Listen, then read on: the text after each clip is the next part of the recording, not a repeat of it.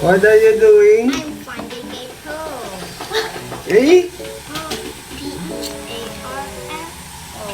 Oh, you're finding a pearl. God!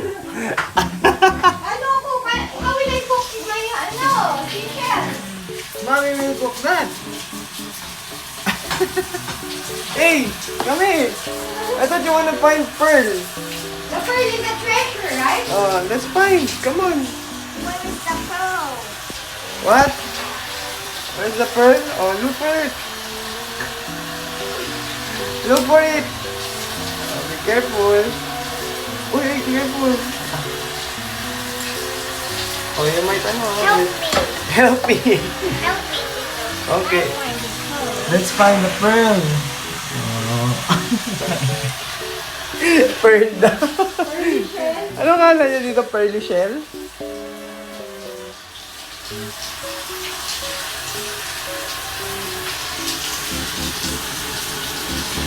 Pearly shell. Bakit tayo may halaan ulit? Para saan? Bakit tayo may halaan?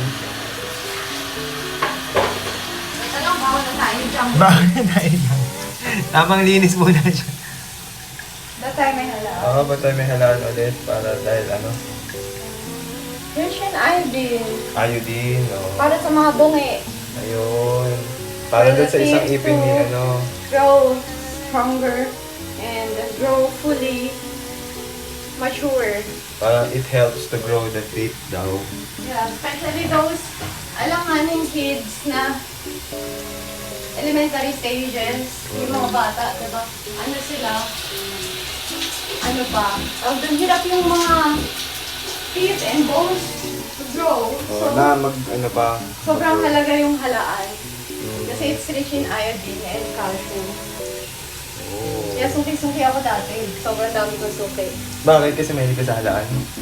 Yes, grabe Oh, mama ko iba. magpahalaan. Mom ko rin sobrang sungki. Sungki din na ipin niya. Halaan din. Mahilig din siya sa mga ganyan, mga soup na ganyan.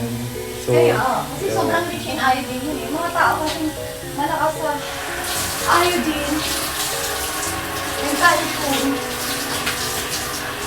Usually, sungki.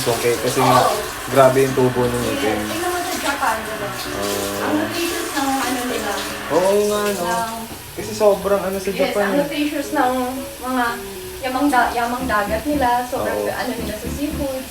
So, tingnan mo yung mga birds nila, natural lang yung double yung ano yung Oo, ngipin. yung ipin. Tsaka ano yun, Yes. nasa trend nila yun, yung ipin nila. Yes. Diba? Ano yun, parang Ano tawag lock. doon? Oo, lock. Lock. Yan.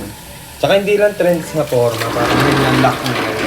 Kasi, nasa bato yung, nandito talaga yung totoong minerals and calcium sa bato. So, papakuluan natin yan, pero make sure na kiss-kiss na sila.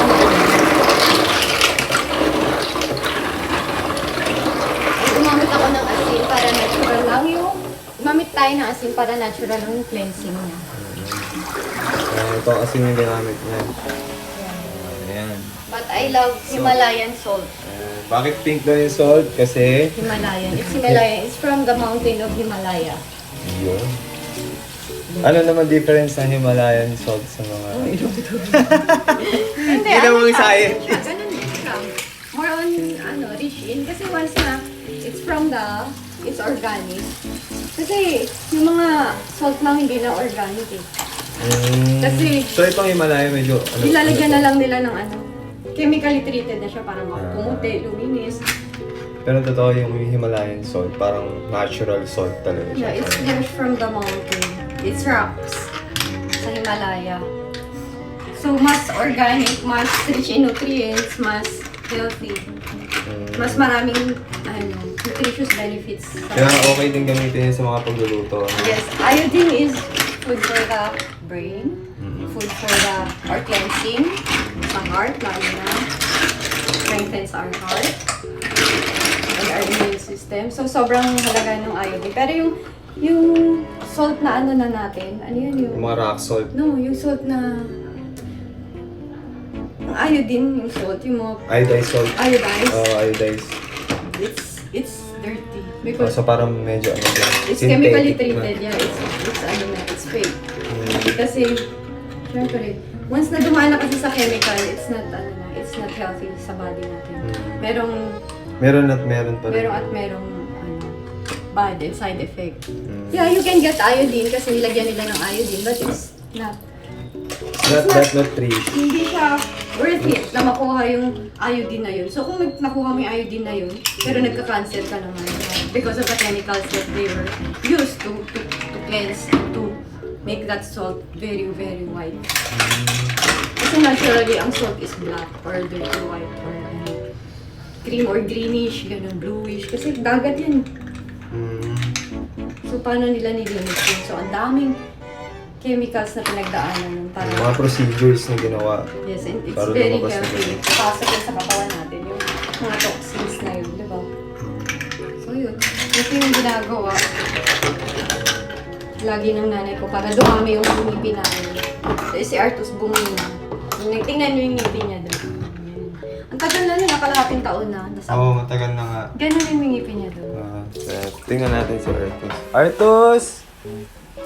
Artus, can you smile in the camera? Yeah! You're so cute. Don't do that. Ayan. See? Let me see your smile. Yay! Yeah, almost 6 months na yan, no? Tama ba?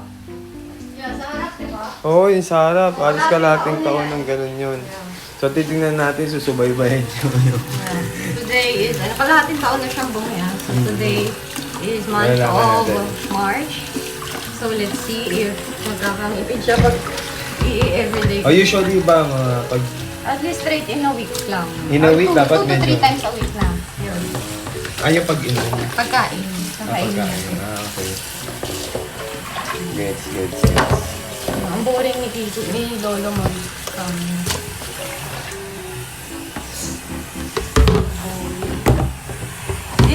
Dito ko inugasan sa CR kasi nung nakalimutan kasi natulog. Yung pinapasuka kasi sila, pag galing sa market kasi fresh namin binili. So buhay pa sila. So pinapasuka namin sila dito. Yeah. Nilagay siya sa water na may salt para sumuka, para malinis yung loob. Ngayon nakalimutan. Then nandito na siya sa toilet. Nalimutan namin yung ayos. Pero saan ba talaga dapat in-install yan? Di ba't ganun lang din? Nakababad lang din talaga. Papasukain mo muna, lilinisin mo muna. Ayan na siya.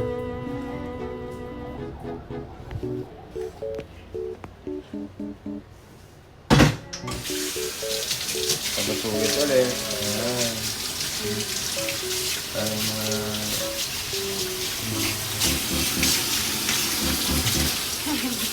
mga libag-libag ka sa Uy, nagsabon ako hanggang dito ko